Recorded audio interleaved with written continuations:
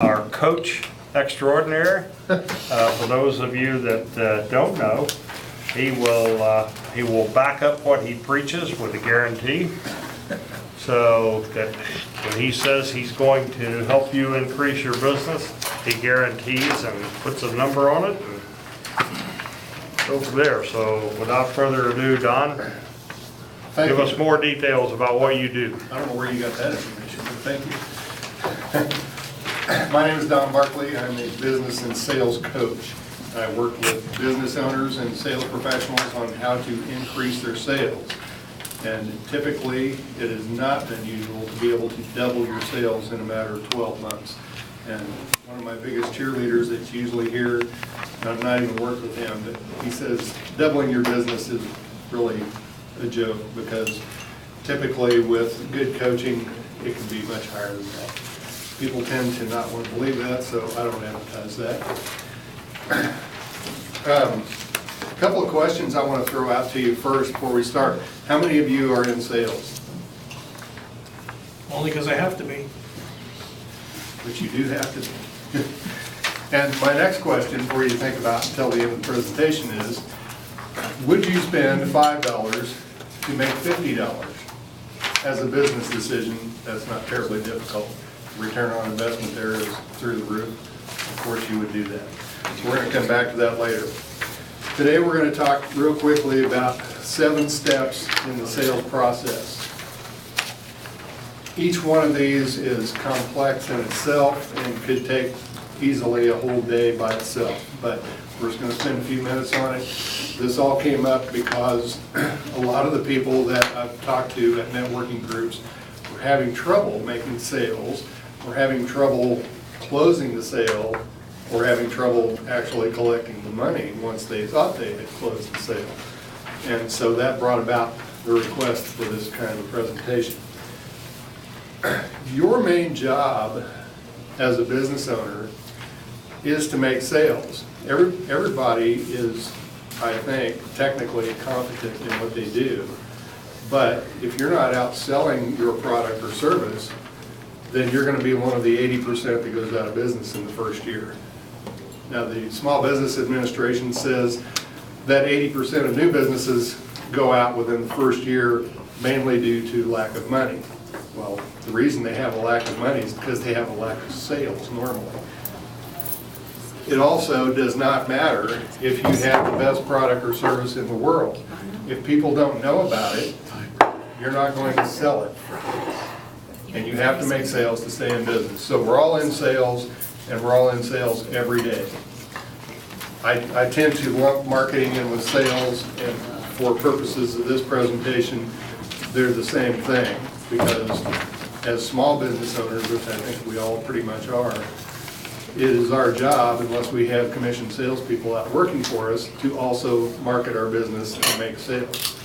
So we're all in sales, and the sooner you make peace with that, the sooner you get to start making more money. In the beginning,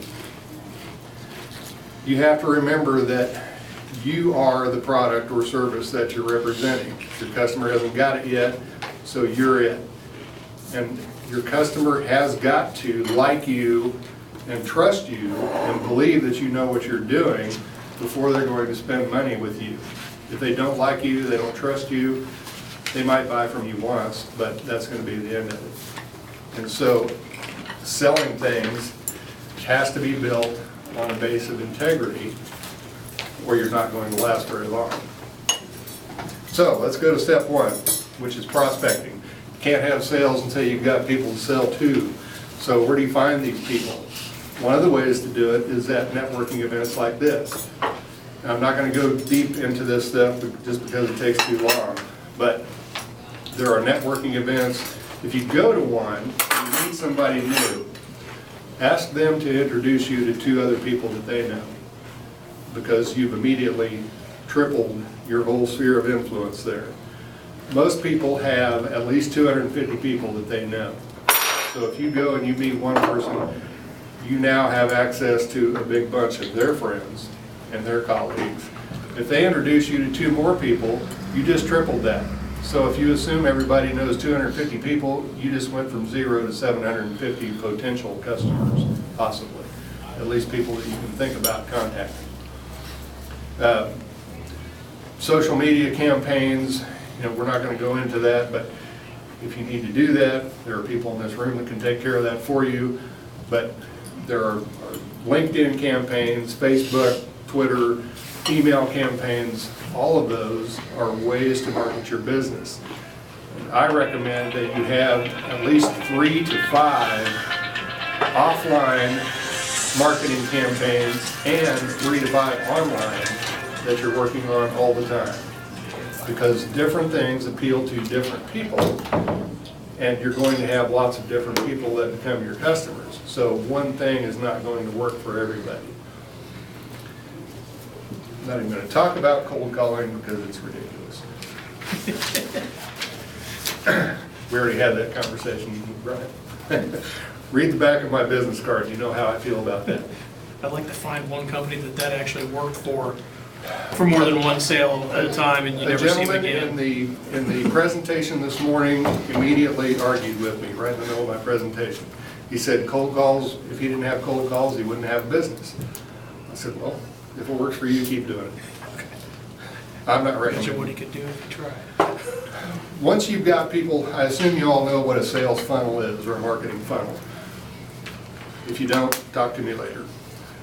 Once you've got people started into your marketing funnel, then you can make initial contact with them and actually sit down with them and meet them.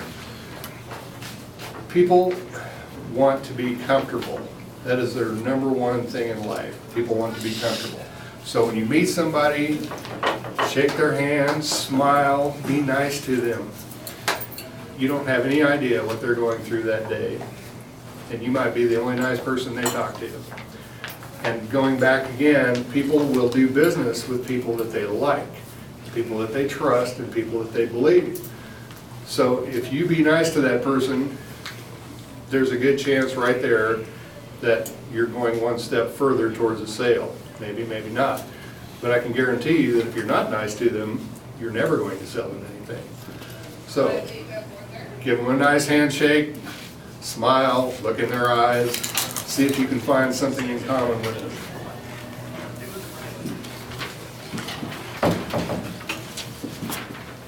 We're going to move on to step 3. Qualification. You can have a list a mile long of potential prospects, but if they're not qualified to buy your product or service, it's just a waste of your time. You can get online and buy a list of 10,000 people if you want to, but if you're selling $500,000 houses and that list is of one zip code in Kansas City, then you might have a dozen prospects. So you're just wasting your time doing that. You need to, for whatever business you've got, figure out a way to qualify your prospects to make sure that you're talking to people who need and can afford your business. One of the ways to do that is called the needs formula, which is listed under step 3, asking them what they have now, what they'd like to change about it if they could. And there are lots of different ways to ask these questions. But the point is, if you ask open-ended questions, then you're able to gather information from your clients, potential clients, so that you can work towards solving their problem. Remember, people do not buy products and services. They buy solutions to a problem. And they've got a problem or you wouldn't be talking. So if you can get that out of them, what it is that's causing them pain, and then by the end of that conversation, assure them that you have the solution that will make that go away.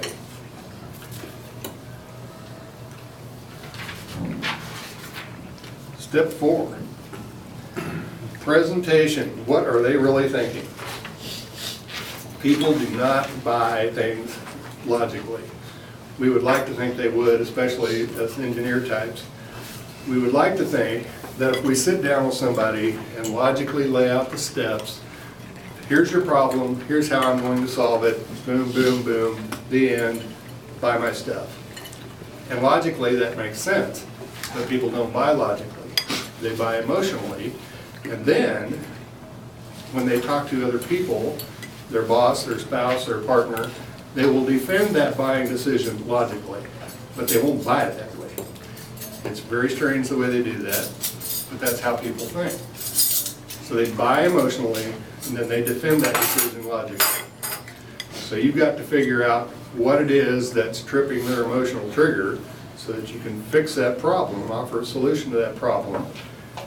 Go ahead and give them the logical reasons why it's going to be the thing they should do. But you've got to connect with them emotionally, or they're not going to make that switch in their brain.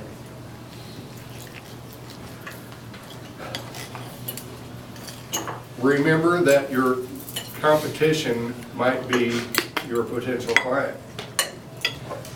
As they're going through your presentation with you, they may be deciding whether they're going to buy it from you or somebody else. They may be deciding if they're going to do it in-house or not do it at all. So one of the things you need to do is make sure that they understand what the consequences are of hiring you and what the consequences are of doing something else or doing nothing. Your words are absolutely important when you sit down and talk to somebody, because everything you say creates a picture in your prospect's mind. So if you're not able to articulate something well enough to create a picture in their mind, then they're just going to be confused. So I absolutely recommend that you script your sales presentations. Not that you have to regurgitate it word for word, but scripting is a powerful way to make sure that you get your point across, and shooting from the hip almost never works because you're going to forget important points. You're not going to understand entirely what your prospect is thinking. You're not going to be able to close the deal. I also recommend, and it works great for me, when you sit down with somebody, tell them how this meeting is going to go. I like to ask people what they expect from the meeting, what they expect the outcome to be from that meeting, and then I'll tell them how this is going to go. So here are the results that you're looking for.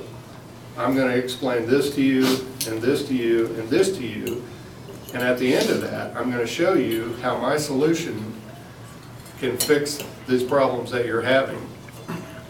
And if I've answered all your questions at that time, we can go ahead and enter your order. I tell them that up front.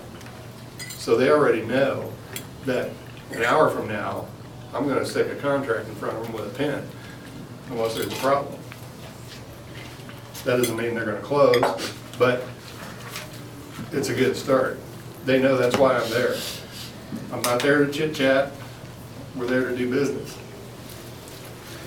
Want to jump to step 5. How are we doing on time? Oh, you're fine. Cruising. All right. Step 5 is a long one, and we're not going to go through every detail of it, but some of these questions came up and I wanted to address them. People are going to have concerns when you're doing a sales presentation. Some people call them objections. They're not really. If they're not interested enough to have any concerns or objections, then they weren't interested enough to buy it in the first place. Everybody's going to have something that they're going to bring up. It's a natural part of the process. It's no big deal, don't worry about it. 2 of the main ones that always come up is, I need to talk it over with my partner, spouse, whoever, or let me think about it, or let me sleep on it. And there are lots of ways to address that. One way that I've written down here is just to say to them, you know, that's fine if you want to think about it. I assume that if you're going to take time to think about it, then you're serious about moving forward with this and not just wasting my time. I may or may not say that, depends on who I'm talking to. And make sure that you follow up on that. Don't let them think about it for a week, because they're just yanking your chain. If you want to think about it for the next hour, or you want to think about it overnight, or if you have to meet with your partner because you're not really the decision maker, you know, it depends on the size of the project. If you're selling him a $200 thing and he can't make that decision, you're talking to the wrong person. If you're selling them a $50,000 project and they need to visit with their partner first, okay, I understand that. We should have found that out up front and had both of them in the meeting in the first place. But if they have to go talk to somebody else, that's not a big deal. Let them do it. You might say something like, obviously you have a reason for wanting to go talk to somebody else about it. Is it because you're not the decision maker? Is it because you have to check your budget? You know, just ask them questions. People will tell you, if you ask them enough times, they will tell you eventually what's on their mind. Sometimes you have to ask 3, 4, or 5 times before you get there. You know, one thing, if I can interrupt you Sure. here for a second. Somebody says they have to go talk to somebody else about it. I always want to go with them Sure. to talk to them, because somebody else cannot give your sales presentation That's as right. effective as you can. That's right. So you need to find out, you can say, look, this is a complicated project, there are gonna be questions that I know you know a lot about it, Right. listening to me, but you do not have my expertise, and I can be there to answer anything That's that- right. that the two of you, or any concerns that the two of you have. And I like to When find would be that. a good time for us to meet Right. with Joe? And I like to find that out before the first meeting. Right. Your So qualifications. if I can at all, I want to find out who the decision makers are before we have that meeting.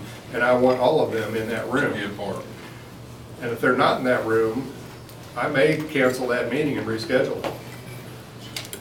It just depends on, you know, there are a lot of details there of how to work that out. Depends on who you're dealing with, the size of the project, all kinds of things. But, you know, there are times when I'll say, you know, your partner Joe was supposed to be here. We were all 3 supposed to be here. Where is he at? Well, something else came up. Well, then we're gonna have to reschedule, because you both need to be here to hear this. I don't want you explaining my business to somebody else, just like you were talking about.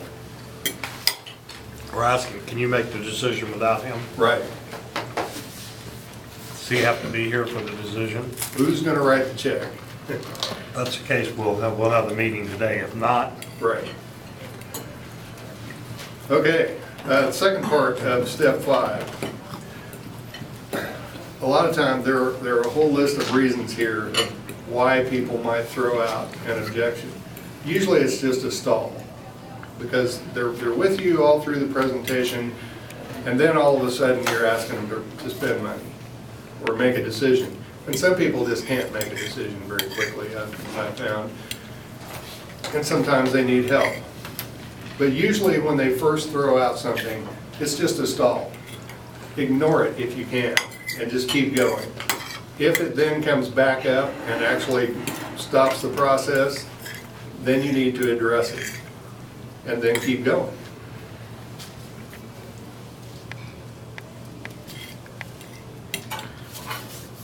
Last part of step 5.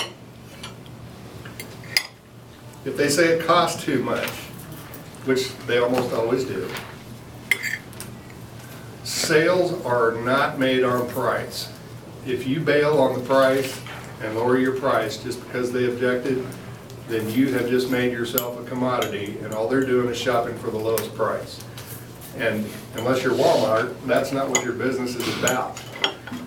Most of us have a quality product or service that we're trying to market, and we're marketing that at a fair price. Why would you drop your price if that's what it's going to take to make the sale? Most people will pay your price, and maybe even more than your competitor charges, if they like you, and if they trust you, and if they believe you're going to solve their problem, then they'll pay your price if it's reasonable. If your prices are unreasonable, then you have a different problem to start with. But bailing on the price will undermine your credibility. It's like we were talking about earlier. If you're busy, you raise your prices. And having somebody tell you you're too expensive means they're shopping for low price. Do I want that kind of customer? I don't know, maybe you do. You have to make that call. But I'm recommending that you don't just give in on price just to make the sale. You should be able to find, there should be a true underlying reason for the objection. That's right. Find out what that is and then, Maybe they truly can't afford it, in which case they need to go to somebody else. But if there's something else behind that, and that's why you continue to ask questions. all the questions will come up with the. If they have an objection at all, I never take that at face value, because that's not really what they're saying. If they object to something, it's because there's some other problem. So you want to keep asking questions to try to find out what that problem really is. Step 6, getting paid, which is the reason we're all in business. There was a survey not very long ago that I read and said that the reason that most sales do not close is because nobody asked. I know, it's ridiculous. You sit there for an hour and you go through